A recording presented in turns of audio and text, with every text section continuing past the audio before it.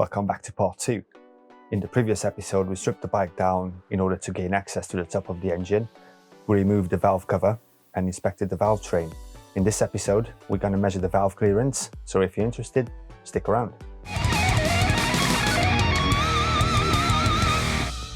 Next step is we need to bring cylinder number 1 to TDC, which means top dead center.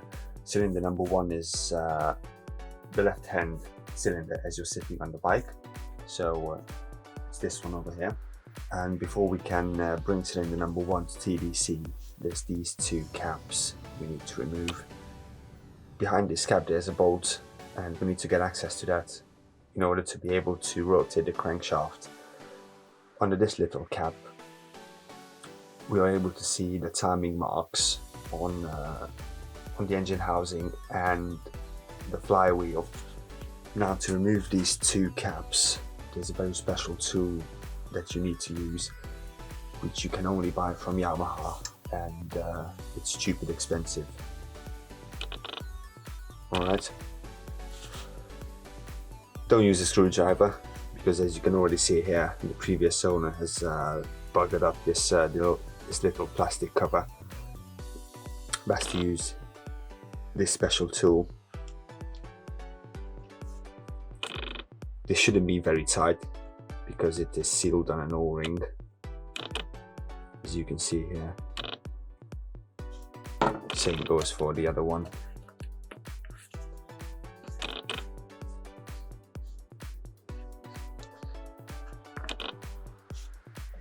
Right, let me shine a torch in here so you see what I'm talking about. So there's that bolt, and using a 90mm socket we will be able to rotate the crankshaft. It is crazy important to know that whenever we rotate the engine, we only want to rotate the engine counterclockwise, okay? And up here you see this little notch on the top. There's the timing mark on the engine case, and inside there you can see the flywheel. Now when we rotate the engine, there will be a mark on the flywheel as well, and we need to match up them two marks. That's how we bring the cylinders to top dead center.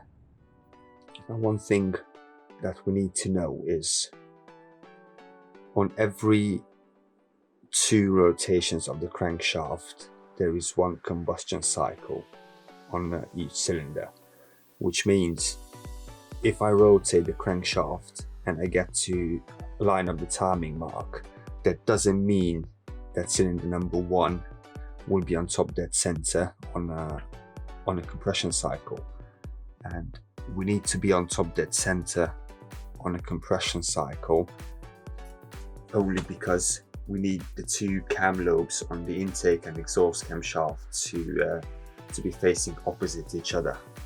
I hope that makes sense. Now let's get a 90mm socket and start rotating. This is quite hard to do this and film it at the same time. I can't fucking see anything because of the camera. Try and get a good angle. Is that the timing mark there? Yeah, okay. So you see the timing marks there.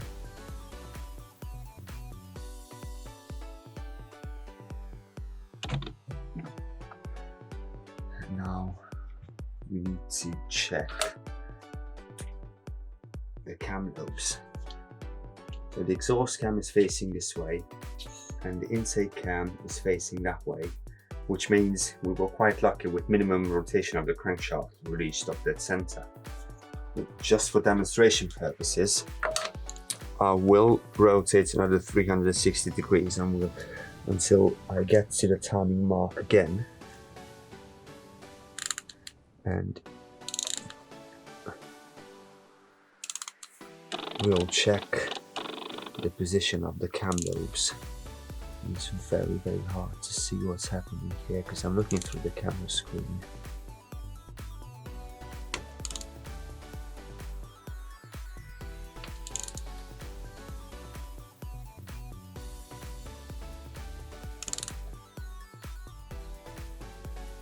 Now, it will be a lot easier to rotate the engine around if you remove the spark plugs, which I've already done.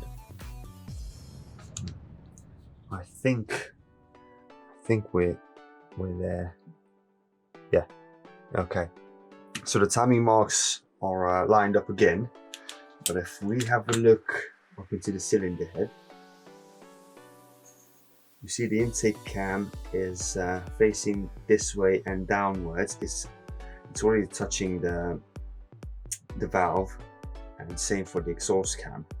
In this position of the cams, we can't get an accurate measurement of the valve clearance. We need the cam lobes to be facing away from the valve buckets. So let me go another 360 degrees and bring cylinder number 1 to TDC.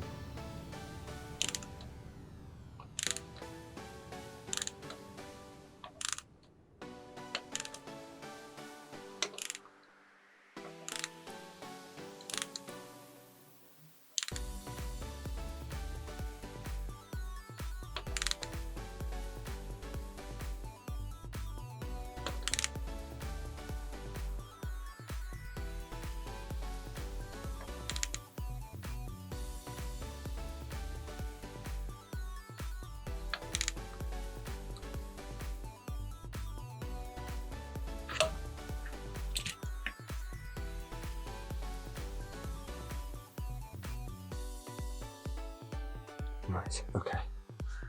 Now if we have a look up here, intake and exhaust cams facing the opposite way, which is good. Before we measure the clearances, we need to consult the service manual and check the upper and lower valve clearance limits. Now in my case, on the TDM900 for the intake valve, the minimum is 0.15 millimeters and the maximum clearance is 0.20 millimeters. Now the way to do it, I'll start with checking for the minimum clearance, which is 0.15. So I'm going to select the 0.15 blade on the feeler gauge, which is marked 15. Let's see if I can get a good angle. There we go, 15. So this is 0.15 millimeters. Now if this doesn't fit in between the cam lobe and the valve bucket, that means the clearance is smaller than 0.15 millimeters, which is not good. So let's go ahead and check for minimum clearance. It's quite difficult to do this with the camera in the way. So that goes in very easily. Check valve number 2. Yeah, goes in no issues. And valve number 3 goes in no issues. Now next I'm going to check for the maximum clearance, which is 0.20 millimeters. So again, I'm going to select the 0.20 blade on the feeler gauge. Now for the maximum clearance, if the 0.20 actually does go in between the cam lobe and the valve bucket, that means that our clearance is above 0.20 millimeters, and that is out of spec. Let's see. So this goes in fairly easily, which means our valve clearance is above 0.20 millimeters, and again out of spec. It goes into valve number 2 as well. That's out of spec, and valve number 3 is out of spec as well. Now that we've determined the valve clearance is above the maximum recommended by the manufacturer, which is 0.20 millimeters, we need to measure fairly accurately what our valve clearance is, and that is very important to know that information when we choose the thickness of the valve shims that we actually will need to replace.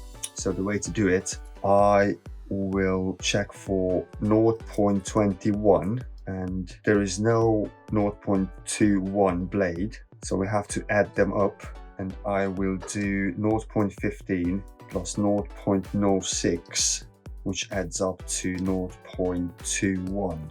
So as you can see there, 15 and 06, and we'll try to fit this in. If it fits, it means the clearance is larger than 0.21, and that actually fits into cylinder to valve number 1.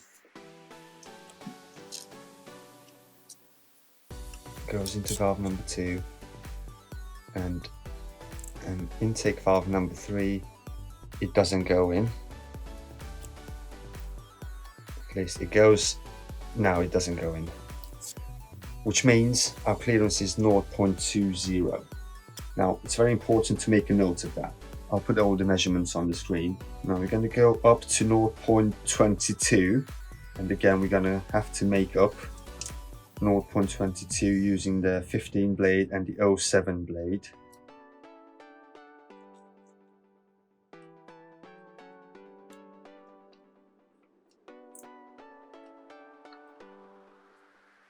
So intake valve number 1, it goes in with a fair bit of resistance, which means our valve clearance is 0.21. So I'm gonna note that down.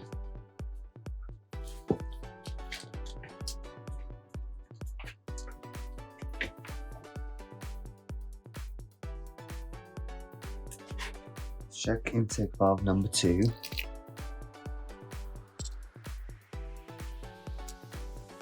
Right. It goes in with barely any resistance. And we've determined intake valve number 3. Now we need to check one size up for intake valve number 2, which is 0.23, which again we have to make up using the 15 and the 08 blade. And intake valve number 2, if this doesn't go in, that means our clearance is 0.22, and this goes in with some resistance.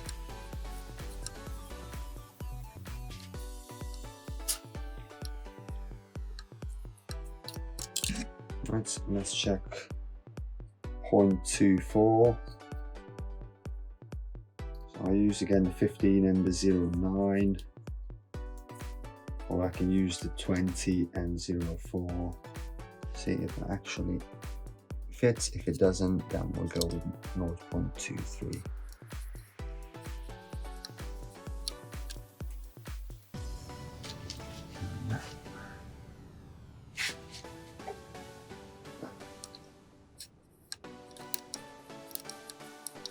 And that goes in as well.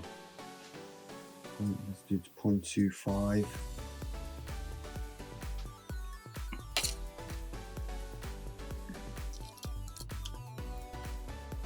Yes, and that does not fit anymore. So it's 0.24. So that's the intake side done on cylinder number 1. Now let's check the exhaust valve clearance on cylinder number 1. Our limit for exhaust valve clearance on cylinder number 1s, as per the service manual, are the minimum is 0.23 and the maximum is 0.28. So I'll check for the minimum clearance of 0.23. Exact same process as on the intake valves. That goes in easily,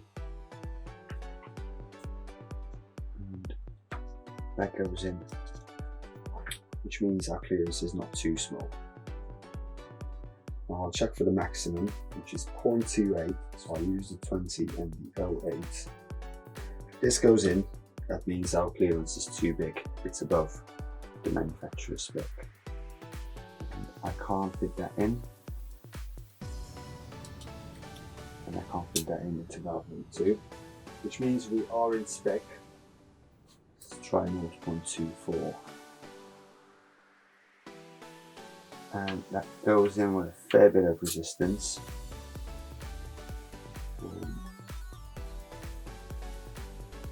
of number 2. Again, it goes in a fair bit of resistance, so we can pretty much call that 0.24. Now, to get the TDC on the compression stroke for cylinder number 2, what we need to do is we need to rotate the crank 270 degrees counterclockwise from TDC cylinder number 1. Let me go ahead and do that.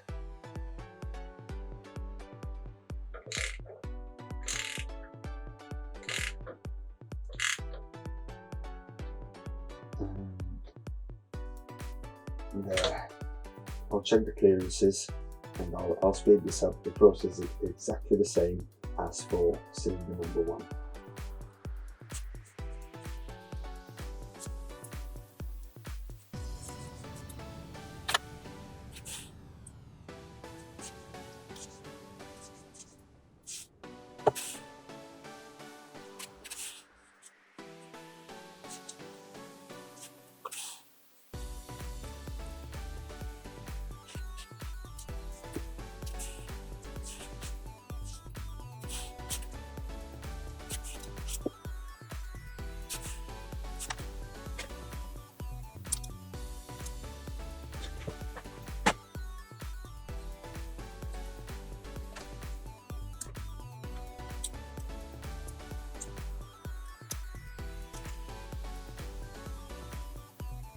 I hope you enjoyed that, folks. If you did, give this video a thumbs up. If you didn't, give it a thumbs down, and let me know in the comments below what can I do to make my videos better. Don't forget to subscribe and hit the bell icon so you don't miss out on future uploads.